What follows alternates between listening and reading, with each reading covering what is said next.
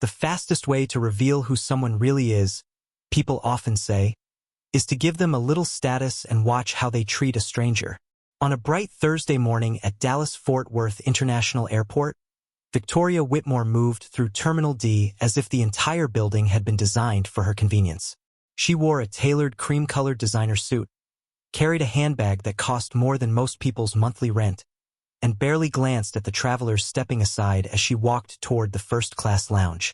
At 48 years old, Victoria had built a reputation as a successful businesswoman, a regular face at charity galas, executive conferences, and luxury networking events. She was used to being recognized, used to special treatment, and most of all, used to believing that she belonged in places where others did not. That morning, she checked her reflection in a polished glass panel and smiled. A major acquisition meeting awaited her in New York City. If everything went according to plan, her company would secure one of the biggest deals in its history. Her confidence seemed unshakable. Across the terminal, Marcus Johnson sat quietly near gate D27, reading from a worn hardcover book while waiting for boarding to begin. Dressed in dark jeans, a navy jacket, and simple sneakers, he blended into the crowd so completely that few people paid attention to him. He seemed perfectly comfortable sitting alone, occasionally glancing out the massive airport windows at the aircraft lined up on the runway. Nothing about him suggested wealth, influence, or importance. To most people passing by, he looked like an ordinary traveler heading to another ordinary destination. When boarding was announced, passengers slowly formed a line. Victoria joined the priority lane without hesitation, scrolling through emails on her phone. Minutes later, she stepped onto the aircraft, greeted the flight attendant with a brief nod, and made her way towards seat 2A. Her expression remained relaxed until she stopped suddenly in the aisle. Someone was already seated beside her. Marcus Johnson looked up from his book and offered a polite smile before returning his attention to the page. Victoria froze. Her eyes moved from Marcus to the seat number and back again. For several seconds, she simply stared. Nearby passengers began storing bags in overhead bins, unaware that something had shifted. The calm confidence Victoria carried through the airport seemed to disappear. Her jaw tightened, her posture stiffened.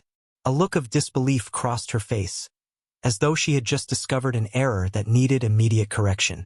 Marcus remained quiet, unaware that he had become the center of a storm that had not yet begun. The aircraft doors were still open. Flight attendants continued welcoming passengers aboard. Outside, the Texas sun reflected off the wings. Everything appeared normal. Yet within a few moments, a single decision would transform an ordinary flight into a story that millions of people would soon be talking about. And before the next day was over, one person's assumptions would cost far more than she ever imagined. Victoria slowly lowered her carry-on bag into the aisle and looked again at the seat assignment displayed on her boarding pass. Seat 2A. There was no mistake. Marcus occupied seat 2B, the seat directly beside her. For a moment she appeared to be weighing her options, but the expression on her face quickly shifted from surprise to irritation. Several nearby passengers noticed the tension almost immediately. A flight attendant walking through the cabin paused briefly, sensing that something was wrong. Victoria did not sit down. Instead, she remained standing and stared at Marcus as if expecting him to move on his own. Marcus looked up once more, offering the same calm, polite expression. "Good morning," he said. Victoria did not return the greeting. She glanced toward the flight attendant and raised her hand. "Excuse me," she called out. The attendant approached with a professional smile. "How may I help you today?" Victoria lowered her voice at first, but not enough to prevent nearby passengers from hearing. "There has to be another seat available." The attendant checked the cabin. "Is there an issue with your assigned seat, ma'am?" Victoria hesitated for a second before answering. "I simply would prefer to sit somewhere else." The attendant maintained her smile. "Unfortunately, first class is nearly full today. Let me see what options might be available." Victoria folded her arms and glanced again toward Marcus. He returned to reading his book, showing no sign of annoyance or concern. That seemed to frustrate her even more. "I paid a great deal of money for this ticket," she said. "I expect to be comfortable." The attendant nodded politely. "Of course, ma'am." A few passengers nearby exchanged curious looks. Nobody fully understood what was happening, but the discomfort in Victoria's voice was becoming impossible to ignore. As boarding continued, the line in the aisle began backing up behind her. A businessman waiting several rows back checked his watch impatiently. A young couple seated across the aisle watched silently. Marcus turned a page in his book and remained completely composed. The contrast between the two passengers was becoming increasingly noticeable. Victoria leaned closer to the attendant and whispered something. The attendant's expression changed slightly. Not angry, not shocked, just surprised. She responded quietly, but Victoria shook her head and spoke louder this time. "I do not think I should have to explain myself." Several heads turned immediately. The cabin became noticeably quieter. Even people who had not been paying attention now sensed that something unusual was unfolding. The attendant remained professional. "Ma'am, every passenger assigned to first class has purchased a valid seat. Unless there is a specific issue, I am not able to relocate someone." Victoria exhaled sharply. "Then find me another seat." Marcus finally closed his book and looked toward the window. He still said nothing. No argument, no complaint, no reaction.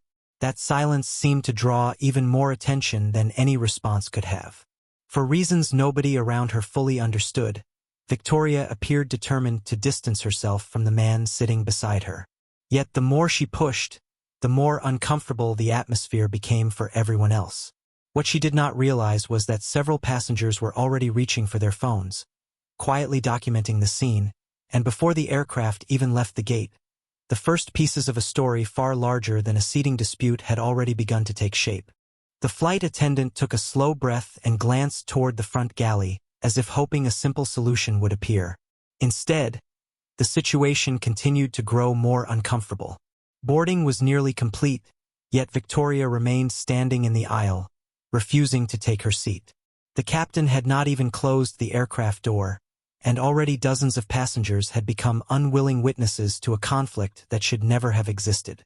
"Ma'am," the flight attendant said carefully, "I need to ask you one more time if there is a specific concern regarding your assigned seat." Victoria looked directly at Marcus before answering. "I just do not believe this arrangement is appropriate." The words hung in the air. Several nearby passengers frowned. The statement sounded vague, but everyone understood that she was not talking about the seat itself. Marcus remained calm. He reopened his book and continued reading as though the conversation had nothing to do with him. That quiet dignity only made the contrast more striking. Victoria seemed irritated that he was not reacting. She appeared to want confirmation that her behavior had power over him. Instead, she received silence. Across the aisle, a middle-aged woman lowered her tablet and stared openly. A younger passenger in the second row exchanged a concerned glance with his friend. The atmosphere inside the cabin had changed. What began as an awkward seating complaint now felt personal. The flight attendant maintained her professional tone. "Every customer in this cabin has the same right to occupy the seat assigned to them." Victoria shook her head. "You are missing the point." "Then please help me understand the point," the attendant replied. For a brief moment, Victoria seemed unsure how to answer. She had reached the edge of what she could say openly without drawing even more attention to herself. Yet the frustration on her face continued to build. "I should not have to justify wanting a different environment," she finally said. A quiet murmur spread through several rows. The explanation only made things worse. People were beginning to form their own conclusions. Marcus slowly turned another page. His expression never changed. He did not challenge her. He did not defend himself. He did not even look in her direction. That composure was becoming impossible to ignore. Then something unexpected happened. A man seated a few rows behind Marcus leaned slightly forward. He studied Marcus for several seconds, as though trying to remember where he had seen him before. His eyes widened with recognition, but he said nothing. Instead, he settled back into his seat, clearly surprised. The moment passed so quickly that nobody else seemed to notice. Nobody except one of the flight attendants near the galley. She had seen the reaction. Her eyes moved from the passenger to Marcus and then back again. A subtle look of curiosity crossed her face. Victoria remained completely unaware. She was too focused on winning the confrontation she believed she had started. What she could not see was that the story inside her head was very different from the story everyone else was beginning to see. And while she continued searching for a way to avoid sitting beside Marcus Johnson, the first hints of a much larger mystery were quietly taking shape only a few feet away. The aircraft door finally closed, but the tension inside the first-class cabin remained. A senior flight attendant arrived from the front galley after receiving a brief update from her colleague. She approached Victoria with the calm confidence that comes from years of handling difficult situations. "Good morning, ma'am," she said. "I understand there is a concern regarding your seat assignment." Victoria immediately straightened her posture, as though expecting someone with greater authority to agree with her. "Yes," she replied. "I requested another seat, and I still believe a different arrangement would be more appropriate." The senior attendant nodded politely. "I have reviewed the seating chart. Unfortunately, every first-class seat is occupied. Unless there is a safety or medical issue, we cannot reassign passengers." Victoria looked visibly frustrated. "So you are telling me I have no options? I am telling you that every passenger on this aircraft deserves the same respect and accommodation under our policies." The answer was professional, but its meaning was clear enough that several nearby passengers exchanged knowing glances.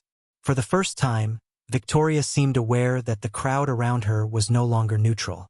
People were watching, people were listening, and many of them appeared uncomfortable with what they had witnessed so far. Marcus, meanwhile, remained completely composed.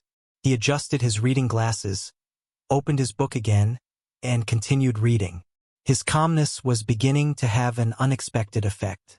The more relaxed he appeared, the more unreasonable Victoria seemed by comparison. Across the aisle, the middle-aged woman who had been observing the situation leaned toward another passenger and quietly whispered something. A few rows back, the man who thought he recognized Marcus continued studying him from a distance. He pulled out his phone, opened a search page, and typed a name. Seconds later, his eyes widened again. He looked from the screen back to Marcus, then back to the screen. Whatever he had found clearly surprised him. Before he could say anything, the aircraft began pushing back from the gate. The safety demonstration started. Victoria finally lowered herself into seat 2A, though she did so with obvious reluctance. She turned her body slightly toward the aisle and away from Marcus. The message was impossible to miss. Yet Marcus responded with the same quiet dignity he had shown from the beginning. He simply looked out the window as the plane moved across the tarmac. As Dallas faded behind them, the cabin slowly settled into the routine rhythm of a morning flight. Conversations quieted. Laptops opened. Coffee was served. To an outside observer, everything appeared normal again. But beneath the surface, something had changed. Several passengers now knew that the incident had been recorded. A few had already shared clips with friends. Others were privately discussing what they had seen. Most importantly, questions were beginning to form. Who exactly was Marcus Johnson? Why had one passenger reacted so strongly to sitting beside him? And why had another passenger looked so shocked after recognizing his name? Victoria believed the situation was over because she had finally gotten what she wanted. She had no idea that the real story had not even begun, and somewhere beyond the cabin, a chain of events was already moving in a direction that none of the passengers could yet see. At 35,000 feet, the cabin finally settled into a steady routine.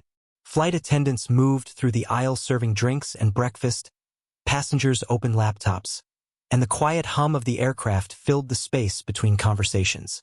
Victoria appeared satisfied that the confrontation was behind her. She focused on her phone, responding to emails and reviewing documents related to the acquisition meeting waiting for her in New York. Every few minutes she glanced toward Marcus, almost as if expecting him to react to what had happened earlier. He never did. Instead, he spent most of the flight reading, occasionally making notes in a small leather notebook. There was something unusual about the way people interacted with him. A flight attendant stopped by his seat and greeted him with a level of warmth that seemed slightly more personal than routine customer service.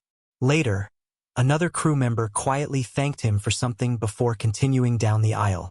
Neither interaction lasted more than a few seconds, but several passengers noticed. So did Victoria. Her eyes narrowed briefly before returning to her screen. Across the cabin, the passenger who had searched Marcus's name earlier could not stop looking in his direction. Twice he opened his phone again, reread what he had found, and shook his head in disbelief. Finally, curiosity got the better of him. During a trip to the front galley, he quietly approached one of the flight attendants and asked a question.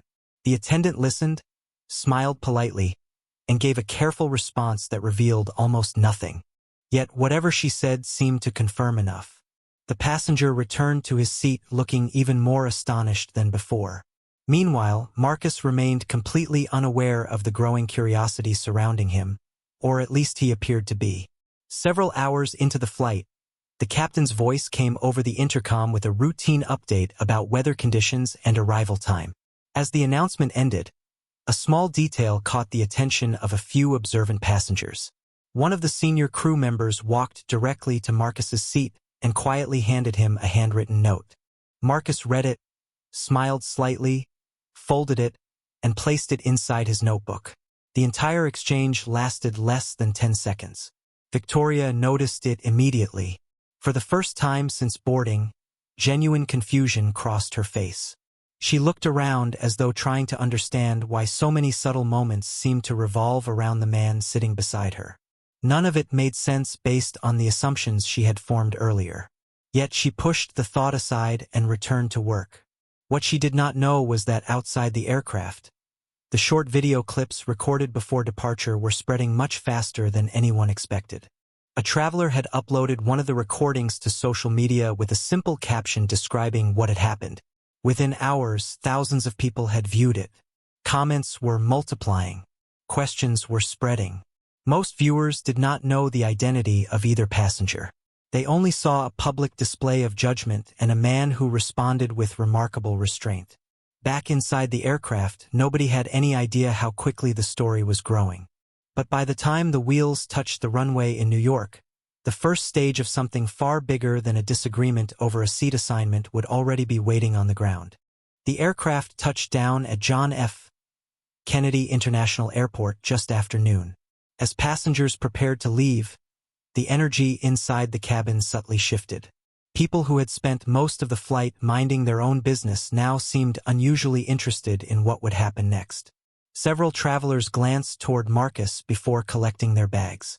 Others checked their phones and exchanged quiet remarks. Victoria noticed the attention but assumed it had faded from the earlier disagreement. She was focused on something far more important. In less than 2 hours, she was scheduled to meet executives connected to the largest deal of her career. As soon as the seatbelt sign turned off, she stood, retrieved her carry-on, and moved into the aisle. Marcus remained seated for a moment, calmly organizing his notebook and book before rising. Once again, he appeared completely unaffected by everything that had happened.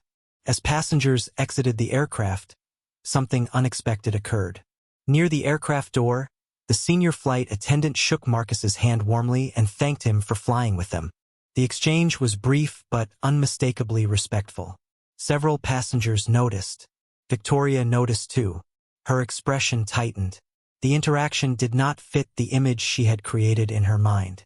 Still, she dismissed it and continued toward the terminal. The real surprise came a few minutes later. While walking through the arrival corridor, Marcus was approached by 2 professionally dressed individuals carrying conference credentials around their necks. Their faces immediately brightened when they saw him. One of them extended a hand enthusiastically. The other appeared genuinely relieved that he had arrived. They spoke for less than a minute before walking alongside him toward a private exit. From a distance, Victoria observed the interaction. She could not hear the conversation, but she could see the respect. She could see the familiarity. Most importantly, she could see that these were not random acquaintances. For the first time all day, uncertainty crept into her thoughts. Meanwhile, The passenger who had recognized Marcus earlier finally decided to speak. As he passed another traveler near baggage claim, he quietly mentioned a name. Within seconds, both people were staring at their phones. Their reactions were nearly identical. Surprise, confusion, then disbelief. The second traveler looked across the terminal toward Marcus and whispered, "That is him." The first traveler nodded. Neither approached him, neither interrupted him. But the realization spread. Little by little, more people began connecting the face from the flight to information they were discovering online. At the same time, the video recorded before departure continued gaining momentum. Thousands of views became tens of thousands, then hundreds of thousands. The comments section exploded with debate. People wanted answers. They wanted context. Most importantly, they wanted to know who the calm man in the video really was. Victoria remained completely unaware of the scale of what was happening. Her phone buzzed repeatedly as she headed toward a waiting car, but she ignored most of the notifications, assuming they were routine business messages. She believed the most important event of the day was still ahead of her. She had no idea that the story she thought ended on the airplane was only entering its most consequential chapter, and within the next few hours, a truth hidden in plain sight would begin changing everything. Victoria's car pulled up to a glass tower in Midtown Manhattan shortly before 2 o'clock. The building housed the headquarters of Whitmore Strategic Holdings, the company she had spent nearly 2 decades helping build. As she stepped into the executive elevator, she finally glanced at the growing list of notifications on her phone. There were far more than usual. Messages from colleagues, missed calls from public relations staff, emails marked urgent. One text from a board member simply read, "Call me immediately." Victoria frowned. At first she assumed something had changed regarding the acquisition meeting. The timing made sense. Major deals often created last-minute complications. But as the elevator climbed higher, another notification appeared. Then another. Then 10 more. By the time the doors opened onto the executive floor, her confidence had begun to crack. Inside the conference room, several senior executives were already gathered around the table. The atmosphere felt wrong. Nobody was discussing projections or contracts. Nobody was preparing presentation materials. Instead, they were staring at screens. Some looked worried. Others looked frustrated. One looked genuinely alarmed. "What is going on?" Victoria asked as she entered. The room fell silent. A senior communications director stood and turned a monitor toward her. On the screen was the video from the airplane. The clip had already accumulated hundreds of thousands of views. New comments appeared every second. Victoria felt a sudden wave of disbelief. "Who recorded this?" she asked. "That is not the issue," the communications director replied. "The issue is that people are sharing it faster than we can respond." Victoria looked around the room. "It is a misunderstanding." Nobody answered immediately. That silence was more unsettling than any argument could have been. Then another executive spoke. "The problem is not only the video." He opened a news article on the screen beside it. Victoria's eyes narrowed as she read the headline. The article identified the passenger sitting beside her. For several seconds, she simply stared. She read the name again, Marcus Johnson. Then she read the next line. Founder of the Johnson Impact Foundation. Chairman of Horizon Equity Partners. One of the most respected business leaders in the country. Victoria felt her stomach tighten. The room remained silent as she continued reading. The article described Marcus's work funding scholarships, supporting small businesses, and investing in underserved communities across America. There were photographs of him receiving awards, speaking at national conferences, and meeting with civic leaders. None of it matched the assumptions she had made on the airplane. "This cannot be right," she said quietly. "It is right," another executive replied. "And that is not even the biggest problem." He tapped another document on the screen. Victoria leaned forward. The acquisition meeting she had traveled to attend was no longer listed as a standard negotiation. The company on the other side of the deal had a newly appointed lead investor. The name appeared in bold letters at the top of the page. Marcus Johnson. The room seemed to shrink around her. Suddenly, the strange respect shown by passengers, crew members, and airport staff made sense. The growing attention online made sense. Even the concern in the faces around her now made sense. For the first time since boarding the flight in Dallas, Victoria realized she had not been sitting beside an ordinary traveler. She had been sitting beside one of the most influential people connected to the future of her company. And outside the conference room, the consequences of that realization were only beginning to unfold. The conference room remained silent long after the revelation. Victoria slowly lowered herself into a chair and stared at the screen. The information in front of her felt impossible to reconcile with the image she had formed only hours earlier. Yet the evidence was overwhelming. Marcus Johnson was not simply a successful investor. As the executives continued reviewing reports, an even larger picture emerged. Horizon Equity Partners managed billions of dollars in assets. The Johnson Impact Foundation had funded educational programs in dozens of cities. National business publications regularly listed Marcus among the most influential voices in corporate leadership. But what surprised Victoria most was not his wealth or reputation.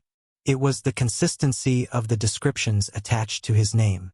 Every article emphasized integrity, humility, and community service.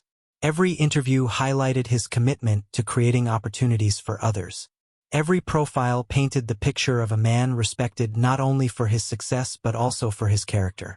While Victoria tried to process what she was seeing, another executive opened a live social media dashboard. The numbers were growing by the minute. The video had now crossed 1 million views. Several prominent commentators had shared it. News websites were beginning to reference the incident. The discussion was no longer limited to a single flight. It had become part of a much larger conversation. "We need a response strategy immediately," the communications director said. "The public is asking questions. Reporters are calling. Clients are calling." Victoria finally looked up. "Has Marcus said anything?" The answer surprised everyone. "No," the director replied. "Not a single statement." The room grew quiet again. Despite the attention, despite the headlines, despite the public interest, Marcus had remained completely silent. There were no interviews, no social media posts, no criticism, no demands. That silence created a problem Victoria had not anticipated. Without an opposing voice, people focused entirely on what they had already seen for themselves. There was no argument to debate, no controversy to dissect, only a video and the behavior captured inside it. Then another executive entered the room carrying fresh information. "You need to see this," he said. He placed several documents on the table. The acquisition deal Victoria had traveled to secure was more complicated than anyone had realized. Marcus was not merely an investor connected to the transaction. He had personally championed the partnership during earlier discussions. Internal notes described him as one of its strongest supporters. The room fell silent once more. Victoria felt a wave of disbelief. Before boarding that flight, Marcus had effectively been helping create an opportunity that could benefit her company. Yet he had never mentioned it. He had never introduced himself. He had never attempted to leverage his position. He had simply taken his assigned seat and treated everyone with courtesy. The contrast was becoming impossible to ignore. Outside the conference room, the story continued spreading across the country. Inside the room, a different realization was taking shape. The greatest threat facing Whitmore Strategic Holdings was no longer the video itself. It was the growing understanding that the public had witnessed two very different examples of leadership on the same airplane, and people were beginning to decide which one they respected more. As the afternoon progressed, the situation moved beyond social media and into the business world. Victoria sat in her office watching events unfold faster than anyone on her team could control. Reporters continued calling. Industry analysts began discussing the incident. Clients who had worked with Whitmore Strategic Holdings for years were requesting explanations. Yet the most surprising development came from a source nobody expected. One of the largest educational organizations in the country released a public statement thanking Marcus Johnson for more than a decade of support. The statement was not directly connected to the incident, but it quickly spread online because people were searching for information about him. As journalists dug deeper, more stories emerged. Former scholarship recipients described how Marcus had quietly paid tuition costs when families faced financial hardship. Small business owners shared stories about investments that helped them survive difficult economic periods. Community leaders spoke about projects he had funded without seeking publicity. The narrative surrounding him was becoming clearer with every passing hour. Meanwhile, Victoria's public image was moving in the opposite direction. Every attempt by commentators to understand what happened on the airplane led back to the same uncomfortable footage. The contrast was impossible to ignore. On one side stood a man who remained calm, respectful, and silent throughout the ordeal. On the other stood a business executive whose behavior raised questions she could no longer easily answer. Late that afternoon, another emergency meeting was called. This time several board members joined remotely. The mood was far more serious than before. One director displayed market reports showing increased concern among investors. Another presented messages from corporate partners requesting clarification about the company's values and leadership standards. Victoria listened quietly as the discussion unfolded around her. For perhaps the first time in her professional career, she found herself unable to control the direction of the conversation. Then came an unexpected revelation. One board member shared details from previous acquisition discussions involving Horizon Equity Partners. According to internal records, Marcus had repeatedly argued in favor of maintaining the partnership opportunity with Whitmore Strategic Holdings despite competing options. He believed the company had strong potential and talented leadership. The room fell silent. Victoria stared at the documents in disbelief. Hours earlier she had assumed Marcus was simply another passenger. Now she was learning that he had been one of the strongest supporters of a deal that could transform her company's future. Yet during the flight, he never mentioned his role. He never attempted to impress anyone. He never revealed who he was. He simply behaved with courtesy and professionalism. The realization landed heavily. Outside the office windows, the city continued its normal rhythm. Inside, however, everything felt different. Victoria's phone buzzed again. This time it was a message from a longtime client.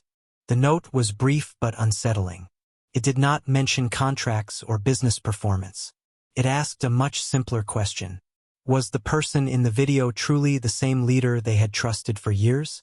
Victoria read the message twice. Then she slowly set the phone down. For the first time since leaving Dallas, she began to understand that the greatest challenge ahead was not repairing a business deal. It was confronting the growing gap between how others now saw her and how she had always seen herself. By early evening, less than 12 hours after the flight departed Dallas, the situation had evolved into something far beyond a public relations problem. The board of Whitmore Strategic Holdings reconvened for a second emergency session. This time, the discussion was no longer focused on media strategy. It was focused on risk. Financial analysts had begun asking whether the controversy could affect upcoming partnerships. Several institutional investors requested briefings. 2 prospective clients quietly postponed scheduled meetings. None of these actions alone would have caused alarm. Together, however, they signaled a growing loss of confidence. Victoria sat at the far end of the conference table listening as reports were presented one after another. Every update seemed worse than the last. Yet the most remarkable detail remained unchanged. Marcus Johnson still had not made a public statement. He had not criticized her. He had not encouraged others to respond. He had not appeared on television. In fact, according to multiple sources, he had spent the afternoon attending meetings exactly as planned. That fact created an uncomfortable reality. The consequences unfolding around Victoria were not being driven by retaliation. They were being driven by public perception. People had watched the footage and reached their own conclusions. Late that evening, another development sent a wave of concern through the room. The company responsible for facilitating the acquisition discussions released a carefully worded announcement confirming that all partnership evaluations would continue under a comprehensive review process. The statement did not mention Victoria directly, but everyone understood its significance. A deal once considered routine had suddenly become uncertain. One board member leaned forward and asked a difficult question. "Have we spoken directly with Marcus?" The room fell silent. Nobody had. Not because he was unavailable, but because nobody knew what to say. Another executive finally answered. "Our contacts indicate he has remained completely professional.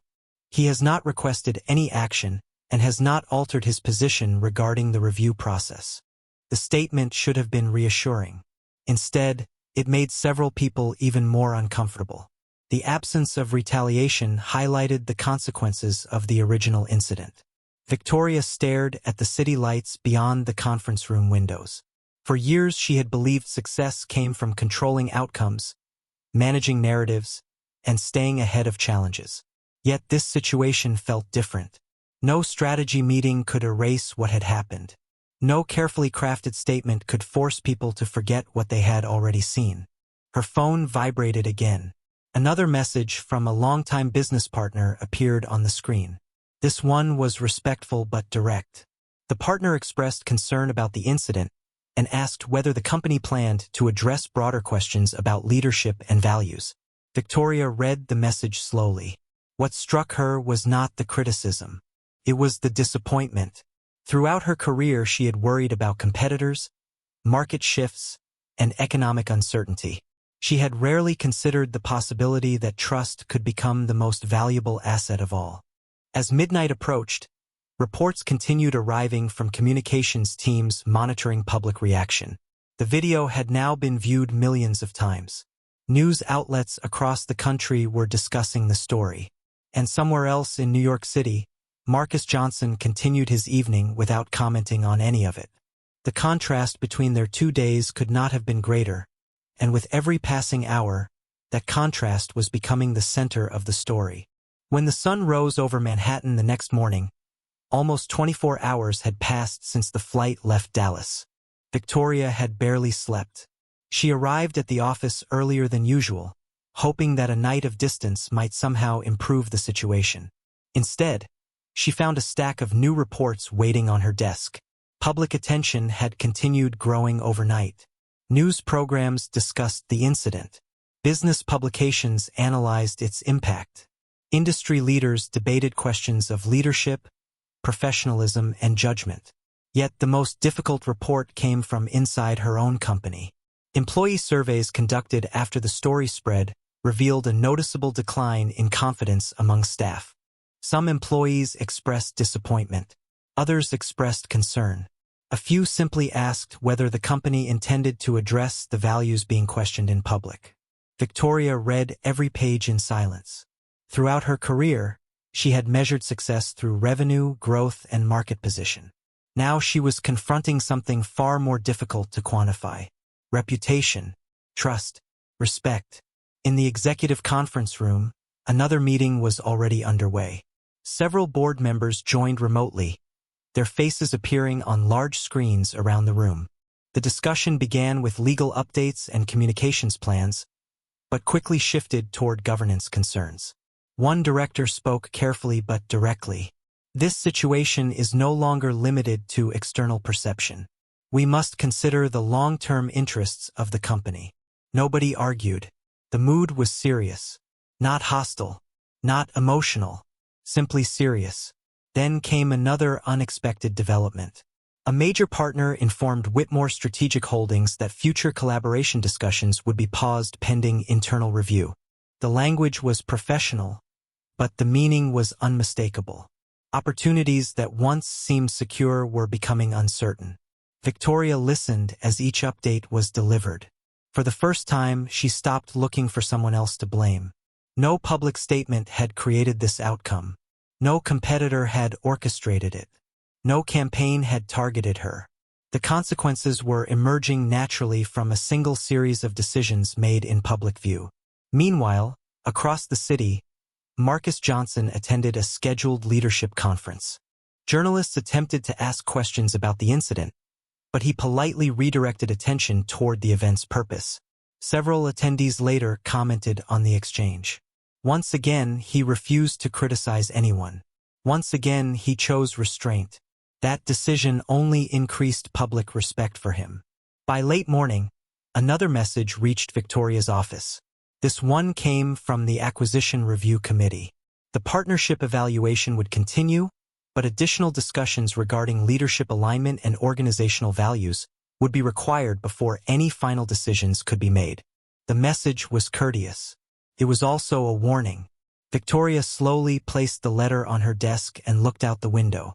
24 hours earlier, she had boarded a plane believing she was on her way to secure the most important deal of her career. Now she was facing questions about her judgment, her leadership, and the future she had spent years building. The loss was not financial alone. It was deeper than that. The certainty she once carried had disappeared. And for the first time since the flight began, Victoria fully understood a truth she had avoided from the very beginning. The greatest consequences were not being imposed on her by Marcus Johnson. They were being created by the reflection of her own actions, now visible for the entire world to see. That afternoon, after hours of meetings, reports, and difficult conversations, Victoria made a decision she had spent the entire day avoiding. She asked her assistant to arrange a private meeting with Marcus Johnson. She did not know whether he would accept. She did not know whether he would even respond. But for the first time since boarding the flight, she understood that no public relations strategy could address what truly needed to be confronted. Several hours later, a reply arrived. The message was brief and professional. Marcus was willing to meet for 15 minutes between scheduled commitments. The location was a quiet conference room inside a nonprofit leadership center in Manhattan. No reporters, no cameras, no attorneys, no executives, just a conversation. When Victoria arrived, she felt more nervous than she had before any business negotiation in her career. The room was simple and unremarkable. A round table stood near a window overlooking the city. Marcus was already there reviewing documents. When he looked up and saw her enter, he stood and greeted her politely. The same calm expression he carried on the airplane remained unchanged. There was no anger in his face, no resentment, no satisfaction. If anything, he appeared genuinely focused on the work he had interrupted to attend the meeting. Victoria took a seat across from him. For a moment, neither person spoke. The silence felt heavier than any argument. Finally, Victoria looked directly at him. "I owe you an apology," she said. The words came more slowly than she expected. "Not because of the headlines, not because of the attention, because of how I treated you." Marcus listened quietly. He did not interrupt. He did not rescue her from the discomfort of the moment. Victoria continued. She admitted that she had made assumptions before knowing anything about him. She admitted that she had allowed those assumptions to shape her behavior. Most importantly, she admitted that discovering his accomplishments had forced her to recognize something troubling about herself. Marcus remained silent until she finished. Then he asked a question she did not expect. "If you had never learned who I was, would you still be here?" Victoria lowered her eyes. The question struck deeper than any criticism could have. She wanted to answer immediately, but honesty forced her to pause. After several seconds, she finally spoke.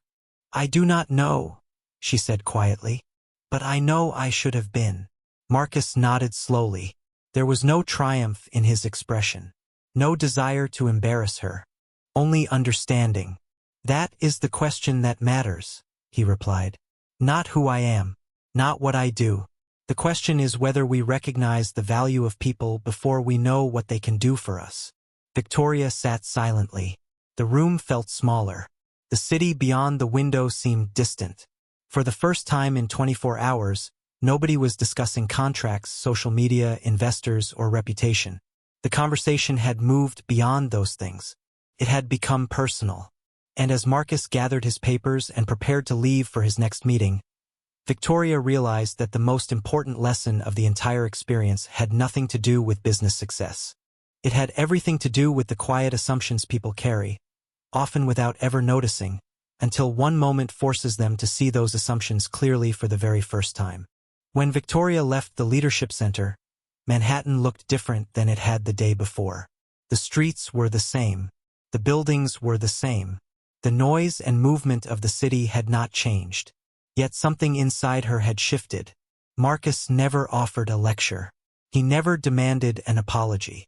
He never asked for compensation or public recognition. Instead, he left her with a question she could not stop thinking about. Would she have treated him differently if she had known who he was from the beginning? During the days that followed, the public attention gradually began to fade. New headlines replaced old ones. New stories captured people's attention. But the consequences of those 24 hours continued shaping both of their lives in very different ways. Whitmore Strategic Holdings completed an internal review and announced several leadership and culture initiatives designed to rebuild trust. Some people remained skeptical. Others appreciated the effort. Victoria understood that restoring credibility would take time. Real change always did. What mattered most was not convincing strangers online. It was becoming the kind of leader who would never repeat the same mistake. Months later, employees noticed subtle differences in the way she conducted meetings, interacted with staff, and approached decisions. She listened more. She assumed less. Most importantly, she became aware of how easily assumptions could influence behavior before facts ever entered the picture. Meanwhile, Marcus continued focusing on the work that had defined his career long before the incident and long after it disappeared from the news cycle. He expanded scholarship programs, supported new business initiatives, and continued investing in communities that often lacked opportunity. When asked about the event during a later interview, he declined to discuss details. Instead, he shared a simple observation. He said that people often reveal their character when they believe nobody important is watching. The comment spread widely because it captured something many viewers had already recognized for themselves. In the end, the most powerful moment of the story was not the video, the headlines, or even the public reaction. It was a quiet conversation between two people sitting across from each other at a small table in New York City. One person had spent years building influence. The other had spent years building impact. Yet neither accomplishment mattered as much as a much simpler truth. Every person carries value before their achievements become visible. Every person deserves dignity before their title is known. Every person deserves respect before their accomplishments are discovered. The seat on that airplane had never been the issue. The issue was perspective. Victoria believed she was choosing where she wanted to sit. In reality, she was choosing how she would see another human being. That choice changed everything. Not because Marcus Johnson sought revenge. Not because anyone forced consequences upon her. But because actions have a way of revealing beliefs, and beliefs have a way of shaping outcomes. Long after the cameras stopped recording and the comments stopped appearing, one lesson remained. The true measure of character is not how we treat powerful people after learning who they are. The true measure of character is how we treat ordinary strangers before we know anything about them at all.